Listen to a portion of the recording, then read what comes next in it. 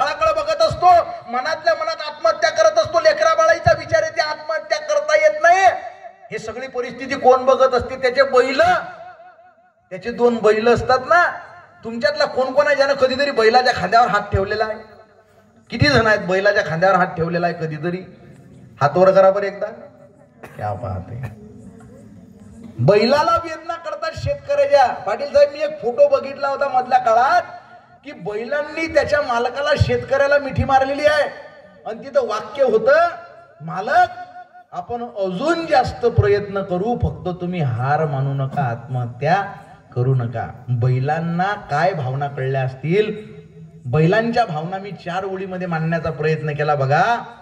दोन आर्या मार मले भेवू नको र, सोडून पण मालका तू जाऊ नको र। दोन आर्या मार मले, आर्या माहित आहेत ना तुम्हाला? आहे की नाही? तुमच्याकडे काय म्हणतात त्याला? काठी असते, त्याला खिळा असते। हा, दोन आर्या मार मले भेवू नको र, सोडून पण मालका तू जाऊ नको र। उठ गड्या झोल आता खाऊ नको र, उठ गड्या झोल आता खाऊ नको र।